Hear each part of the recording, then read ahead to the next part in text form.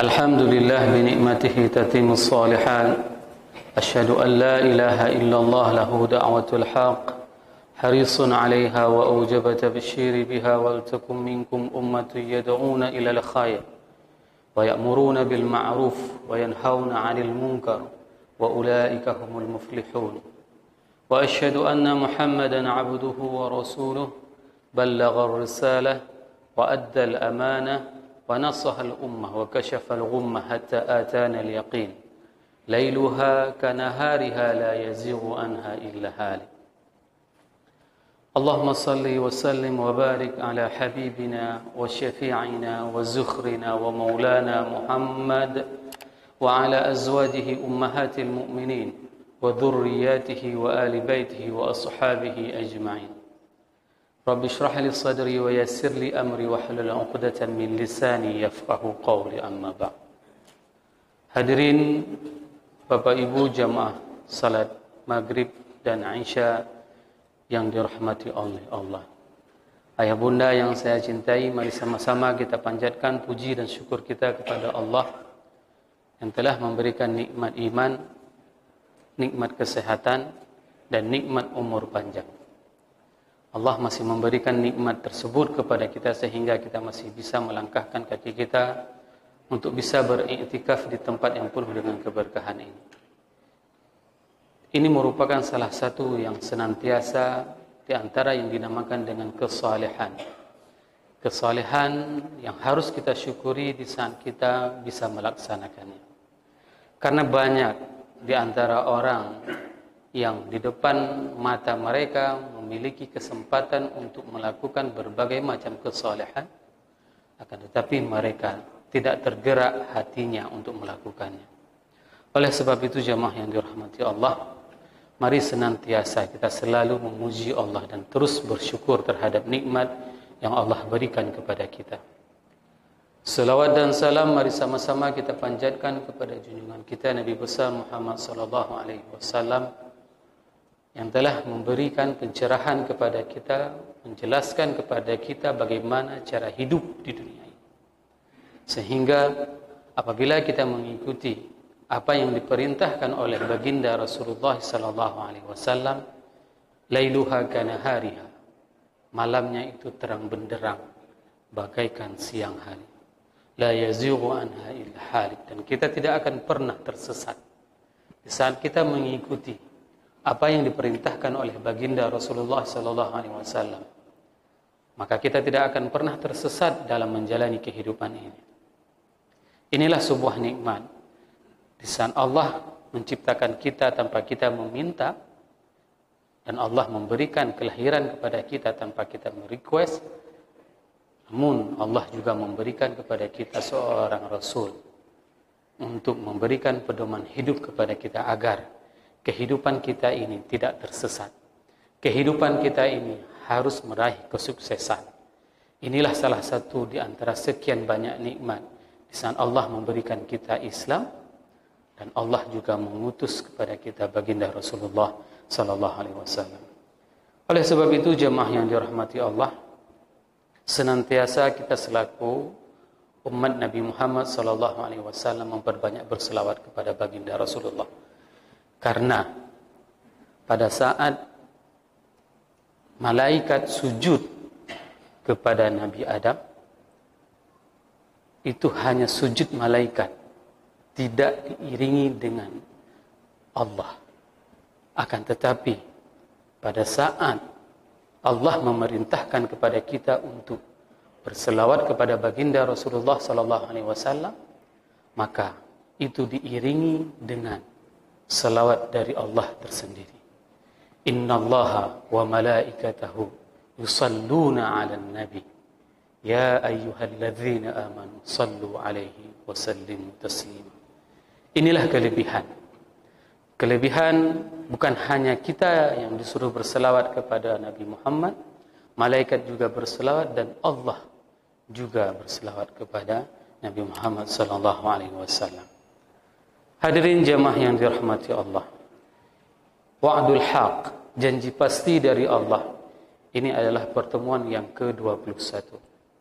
Alhamdulillah, Di akhir Ramadan kemarin kita sudah menceritakan di pertemuan ke-20 tentang bagaimana fase akhir daripada perjalanan kehidupan Nabi Muhammad SAW.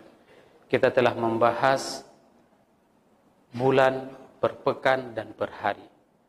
Nah, kejadian seperti itu merupakan kejadian yang pasti, sebagaimana dijanjikan oleh Allah di dalam surat Qaf ayat 19 yang berbunyi, A'udzubillahi minasyaitonirrajim, Bismillahirrahmanirrahim, Waja'at sakratul mauti bil haqq, Dzalika ma kunta minhu tahid.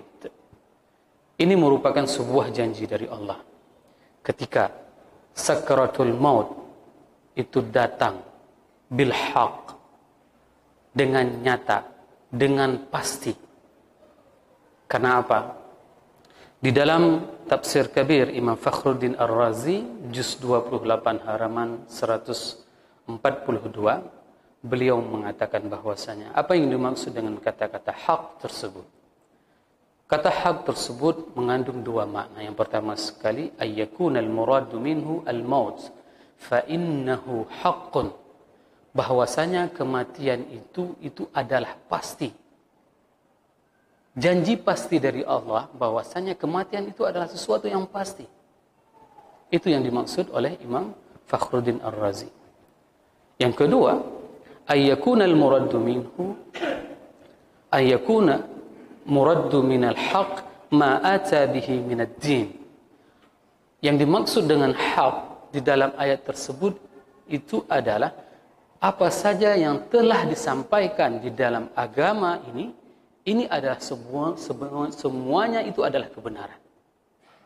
Apa saja yang disampaikan oleh baginda Rasulullah SAW, mulai dari pertama wahyu itu diturunkan sampai beliau dengan menjelang ajal, itu adalah semuanya kebenaran.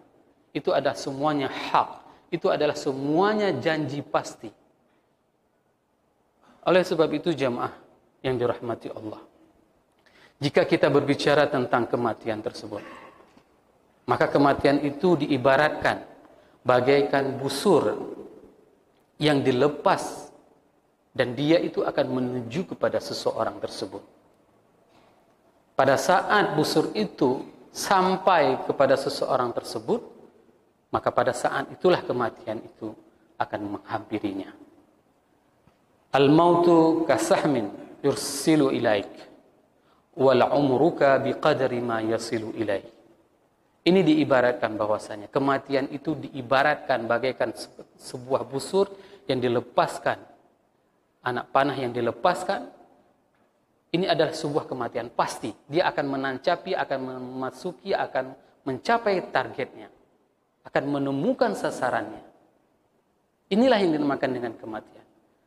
Adapun umur manusia itu adalah masafah ataupun qadrun, jarak antara saat busur itu dilepaskan sampai kepada diri seseorang.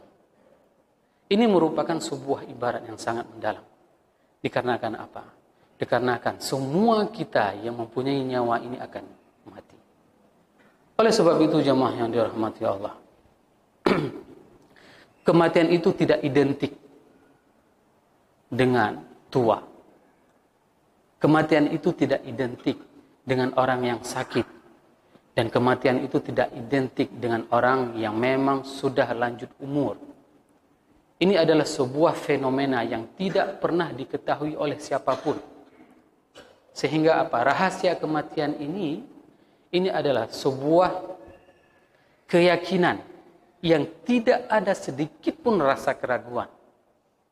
Sebagaimana diungkapkan, la ara yaqinan asbaha bisyaq min yaqinin nas bil maut.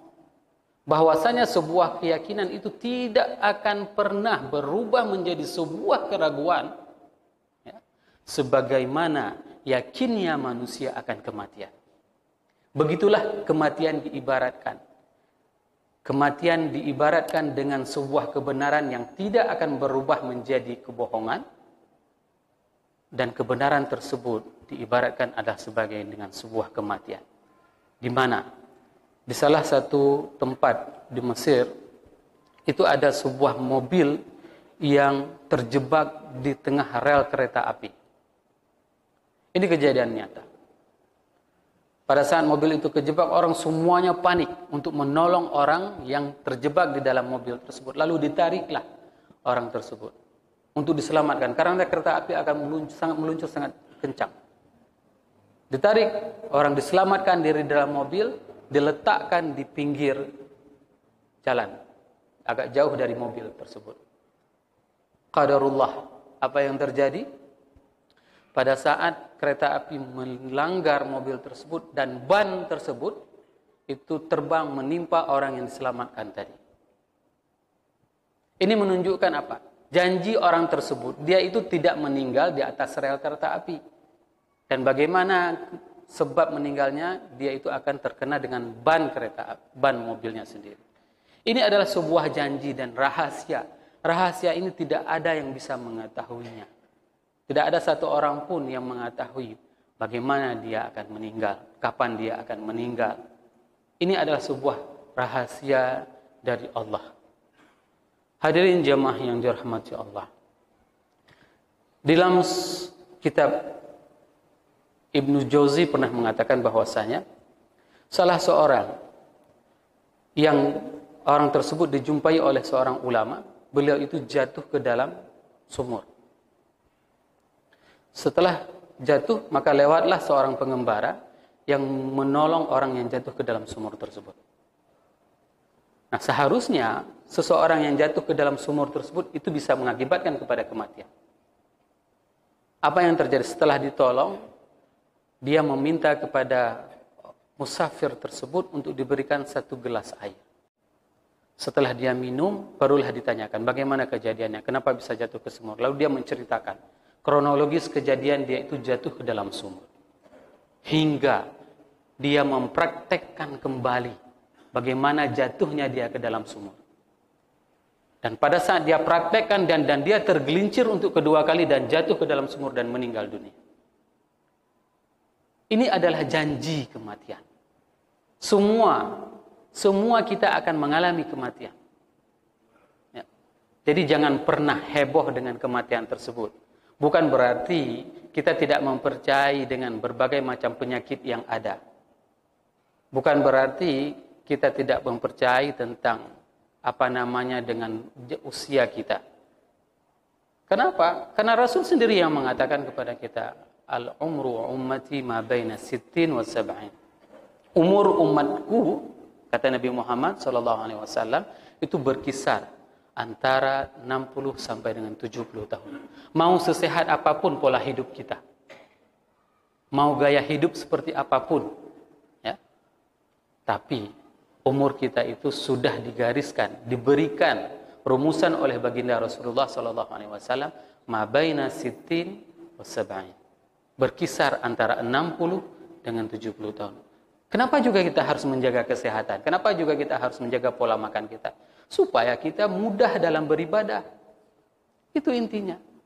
Di saat kita menjaga pola makan kita, pola hidup kita, itu akan membuat diri kita itu lebih nyaman dan taat kepada Allah. Sehingga kita itu bisa nikmat dalam keadaan beribadah kepada Allah dan kepada Rasul. Ini merupakan rahasia bagaimana yang dinamakan dengan kematian tersebut. Malaikat maut tidak mesti lebih dekat dengan orang yang tua daripada orang yang muda. Ini adalah sebuah fenomena di mana kita melihat hari ini. Kalau misalnya kita mengatakan, saya membaca dari beberapa hasil research, ternyata jumlah kematian anak muda itu jauh lebih besar dibandingkan dengan kematian orang tua. Berapa banyak anak muda yang kecelakaan lalu lintas dan meninggal dunia. Ya, ini adalah fenomena. Sehingga kita hari ini mengatakan bahwasannya yang banyak meninggal itu orang tua. Tidak. Dan bahkan jumlah kematian dikarenakan akibat virus corona itu tidak sebanding dengan jumlah kematian yang selama ini terjadi dengan keadaan yang natural. Ini yang harus kita pahami bersama. Bahwasanya bukan karena virus, bukan karena apapun, tapi karena memang itu adalah sudah ajal kita. Namun kita selaku manusia harus menjaga diri kita agar kita bisa taat dan beribadah kepada Allah selama mungkin.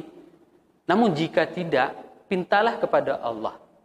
Jika memang umur ini tidak lagi bermanfaat kepada agamamu ya Rabb, maka ambillah diriku.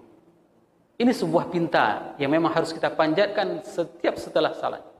Ya Allah, berikanlah aku umur keberkahan kepada agamamu. Jika umurku ini tidak lagi bermanfaat kepada agamamu, maka panggillah aku, ambillah nyawa ini. Kenapa? Karena memang untuk apa kita hidup di dunia ini membuat kita itu dibenci oleh orang, dibenci oleh makhluk, dibenci oleh jagat raya. Keberadaan orang tersebut dalam keadaan bermaksiat kepada Allah. Orang tersebut hidupnya itu membuat susah orang lain. Orang tersebut hidupnya itu terus menzalimi orang lain. Apa gunanya kehidupan orang seperti itu? Ini sebabnya Rasul mengajarkan kepada kita, sebaik-baik kalian itu adalah orang yang bermanfaat kepada orang yang lain.